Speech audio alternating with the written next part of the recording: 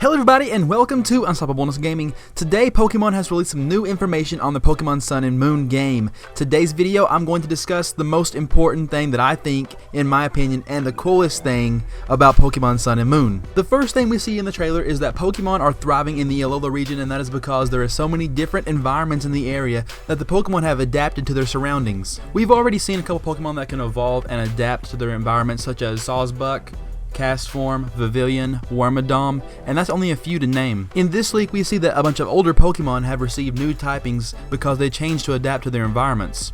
We start off by seeing a new Exeggutor. Exeggutor is different because it's now a longer Exeggutor to match the palm trees, I guess, to make it more like an island kind of Pokemon, but I think it looks kind of weird, to be honest, and I've already seen pictures on the internet making fun of it and making fun of other Pokemon and new ideas what they're going to have for Nintendo, so we'll see what they do with this. Maybe some more Pokemon will get longer necks like Tropius, so maybe Tropius will get a Mega Evolution. I saw that on Twitter too, which would be awesome. Imagine Tropius being a dragon and grass type Pokemon, that would be so insane. Nintendo actually released a picture of an Exeggutor in the 90s with a long neck, proving that they've already had this idea before. Although this new Exeggutor looks so crazy and weird, it does have really cool typing and a really cool ability. It gets the ability Frisk, and it also type changes to Dragon and Grass type.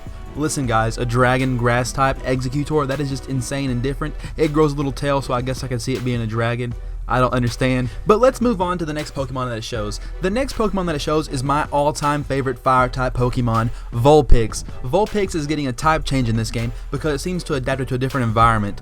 Obviously, in the Alola region there is different environments because we can see that the Ice Mountain up on top of one of the islands over there, that there will be a different Pokemon there than the other parts of the island because of the snow and stuff and the way that things are different.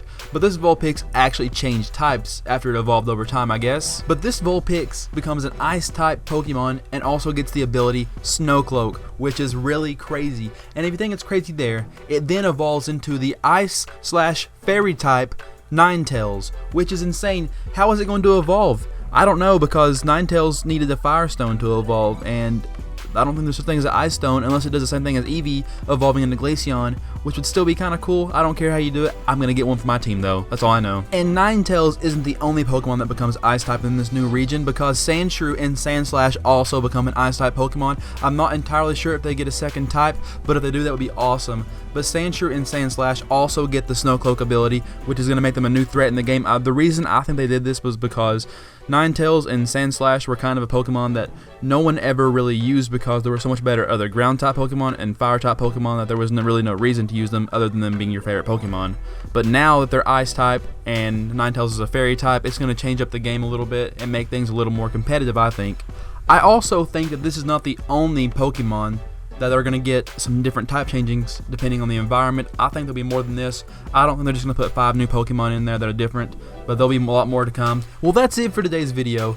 Please leave a comment down below telling me what you think about the new Pokemon that have adapted to their climates. And I hope you enjoyed today's video. If you did, leave a like, subscribe, comment, and I will see you all next time on Unstopablness Gaming. Thanks for watching.